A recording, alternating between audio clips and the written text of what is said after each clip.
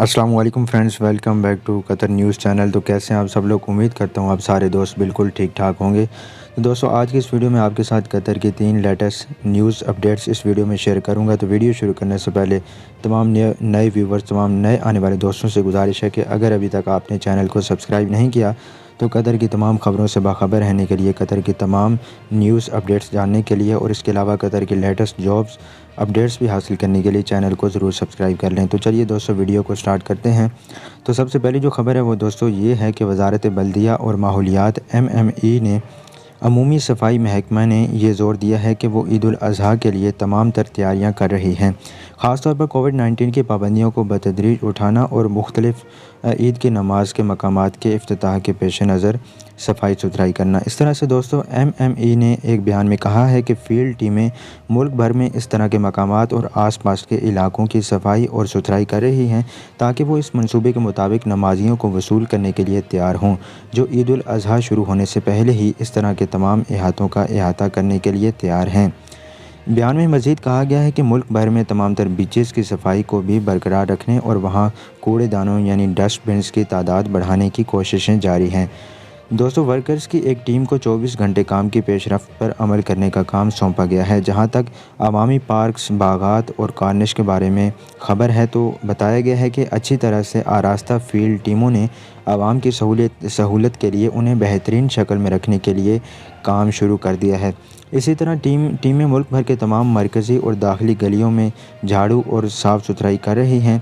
دوستو، MME نے لوگوں سے یہ اپیل کی ہے کہ وہ اپنے علاقے کی صفائی کو برقرار رکھیں اور نامزد کنٹینرز میں کچرے کو مناسب طریقے سے ٹھکانے لگائیں اور عوامی مقامات پر بے ترتیب کچرے کو پھینکنے سے گریز کریں۔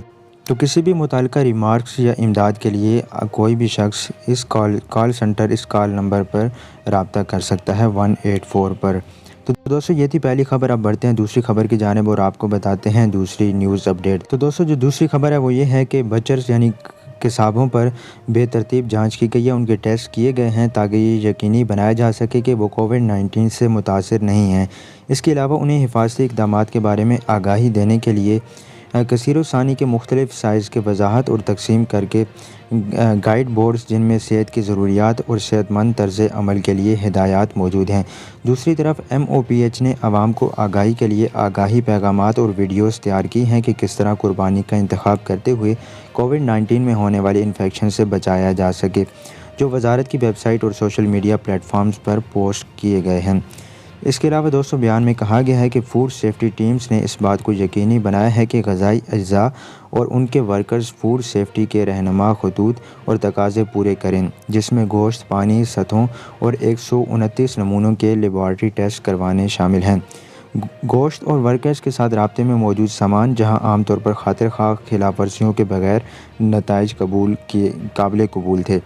دوستو، وزارت صحت نے اس بات کی تصدیق کی ہے کہ وہ کووڈ-19 وبائی امراض کی روشنی میں عوام کی صحت اور حفاظت کو یقینی بنانے کے لیے تمام کوششیں کر رہی ہے اور معاشرے کے تمام اراکین کو تمام رہنما خطوط پر عمل پیرا ہونے کے لیے اپنا کردار ادا کرنے کی ضرورت پر بھی زور دیا ہے۔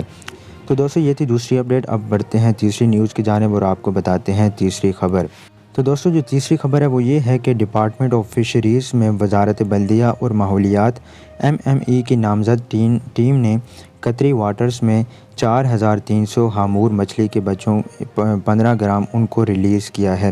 تو دوستو، یہ جو مچھلی ہے راس مطبخ کے ایکواٹک ریسرچ سینٹر میں تیار کی جاتی ہے۔ MME نے مزید یہ کہا ہے کہ اس طرح کی مچھلیوں کے ذخیرے کو بڑھانے اور کھانے کی حفاظت کے حصول کے لیے مقامی مچھلیوں کی مقامی پیداوار اور اعلیٰ پانی کی مالیت میں مچھلی کی مقامی پیداوار شامل ہے۔ یہ پروگرام قدرتی وسائل کے لیے دوسری قومی ترقیاتی حکمت عملی 2018-2022 کا ایک حصہ ہے۔ بیان میں مزید کہا گیا ہے کہ بیبی فش کو ماحولیاتی طور پر موزوں رہائش گاہوں میں رہا کیا جاتا ہے، جن کا فیصلہ سائنسی اور ماحولیاتی معیارات کی بنیاد پر کیا جاتا ہے، جو انہیں ترقی کے لیے سازگار ماحول فراہم کرے گا۔ تو ماہی گیری محکمہ اس اقدام پر عمل درآمد کی نگرانی کرتا ہے۔ تو دوستو، یہ تھی آج کی 3 لیٹسٹ امپورٹنٹ نیوز اپڈیٹس جو کہ میں نے آپ کے ساتھ شیئر کی۔ تو امید کرتا ہوں کہ آج کی یہ ویڈیو آپ کے لیے ضرور مفید ثابت ہوئی ہوگی۔ تو اس ویڈیو کو لائک شیئر ضرور کیجیے گا اور ہمارے چینل کو بھی سبسکرائب کر لیں قطر کی تمام نیوز حاصل کرنے کے لیے۔ تو تو آپ سے ملیں گے نیکسٹ نیوز کی ویڈیو میں، تب تک کے لیے دیں ہمیں اجازت اور اپنا بہت بہت خیال رکھیے گا۔ اللہ حافظ۔